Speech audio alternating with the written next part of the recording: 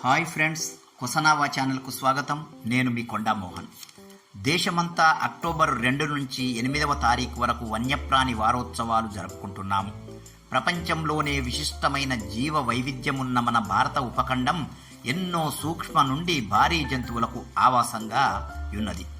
రోజు రోజుకు man animal conflict సంఘటనలు భయానకంగా పెరుగుతున్నవి.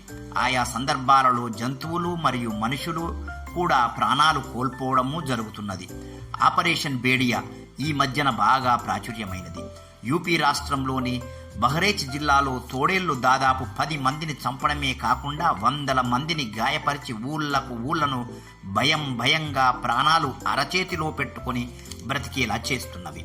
ఇక ఏపీలోని శ్రీకాకుళం జిల్లాలోకి మందలుగా ఒరిస్సా నుండి ఏనుగులు ప్రవేశించి పంటలు ఆస్తిని నష్టపరచడమే కాక ఎంతో మందిని పొట్టన పెట్టుకుంటున్నవి.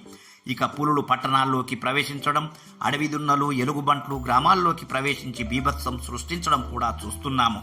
అంతేకాక అడవుల్లో తిరిగే కోతులు గుంపులుగా ఊళ్లపై పడి ఇల్లు పీకి పందిరేయడం చూస్తున్నాం. ఇక పాములైతే ఇళ్లల్లోకి జొరబడి ప్రజానీకాన్ని భయభ్రాంతుల్ని చేస్తున్నవి. ఇక అసలు విషయానికి వస్తే ఇన్ని అనర్థాలకు మూల కారణం మనమే. వివిధ అభివృద్ధి కారణాల పేరుతో అటవీ ప్రాంతాలు నాశనం చేస్తూ వన్యప్రాణుల ఆవాసాలను హరింపచేస్తున్నాం. దాంతో అవి మన నివాసాలపై దాడి చేస్తున్నవి.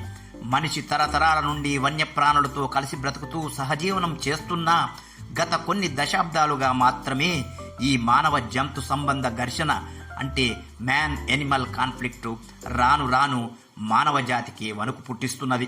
అందుకనే ప్రభుత్వాలు తగినంత జాగ్రత్తగా శాస్త్రీయంగా మాత్రమే అడవులను అటవీయేతర అవసరాలకు వినియోగించాలి. ఇక అటవీ శాఖ మరియు ఎన్జిఓలు, జంతు ప్రేమికులు ఈ విషయమై ప్రజలకు మరింత అవగాహన కల్పించి మ్యాన్ యానిమల్ కాన్ఫ్లిక్ట్ను తగ్గించే విధంగా ప్రచారం కల్పించాలి. మొక్కుబడిగా కాకుండా అత్యంత బాధ్యతగా ప్రింట్ మీడియా, ఎలక్ట్రానిక్ మీడియా మరియు సోషల్ మీడియా మ్యాన్ యానిమల్ కాన్ఫ్లిక్ట్కు సంబంధించి అత్యధికంగా ప్రచారం చేసి ప్రజలకు అవగాహన కల్పించాలి. ఇక మనుషులు, జంతువులు పరస్పర సహజీవనంతోనే మానవ మనుగడ సాధ్యమవుతుందని, వన్యప్రాణులను అంతమొందించినా వాటి సంఖ్యను తగ్గించిన మానవజాతి ఉనికికే ముప్పు వాటిల్లగలదని శాస్త్రవేత్తలు చెబుతున్నారు. అందుకనే మనందరం ప్రభుత్వము మరియు అటవీ శాఖ ఇతర శాఖలు చేపట్టే పర్యావరణ పరిరక్షణ మరియు జంతు సంరక్షణ కార్యక్రమాల్లో త్రికరణ శుద్ధిగా పాల్గొని పాటించి ఆరోగ్యకరమైన ఆనందకరమైన సమాజం కోసం పాటుపడదాం. జై హింద్.